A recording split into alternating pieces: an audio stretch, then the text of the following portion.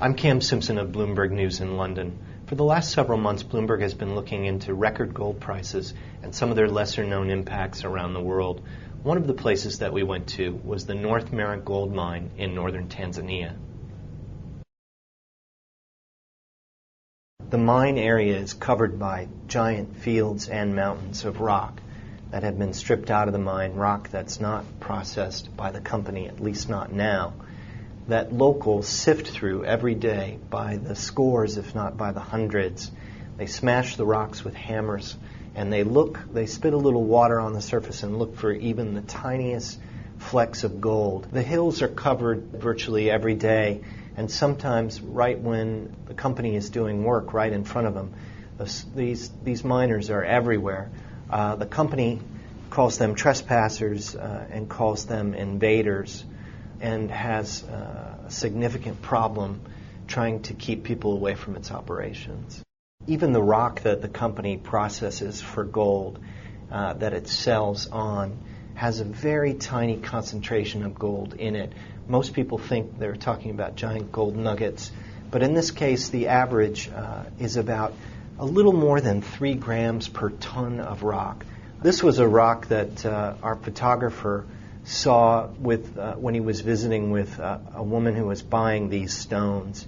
And he said that it was the most valuable rock that he saw while he was with this woman. And as we start to zoom in on, you can see the tiny, tiny little flecks of gold that bring value to it. So there are small-scale miners throughout the area, some that work, according to Barrick, illegally on its site, going for these rocks, and others that just do small-scale mining away from the Barrick rock. There's a very dangerous side to what's going on here. We found at least 7 people were killed by security forces in the last 2 years since security was increased at the mine following a very bad riot in December 2008.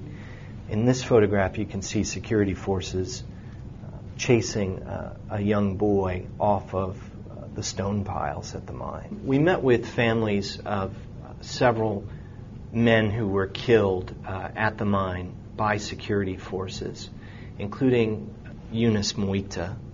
She's the widow of Mwita Warema.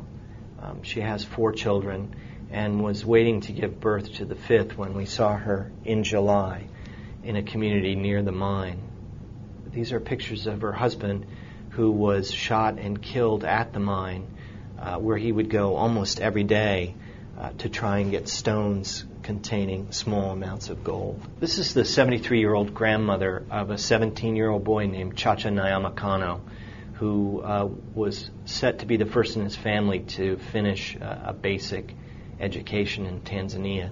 And he was going to the mine, according to his family, just looking for extra money to help them. Very, very poor family, and now they're without the boy who was the best hope for the family. These deaths are a tragic dividend of the record gold prices that we're seeing around the world. The company very much wants to keep its property free of any trespassers so it can process gold, and the locals very much want to get their hands on gold that used to belong to them.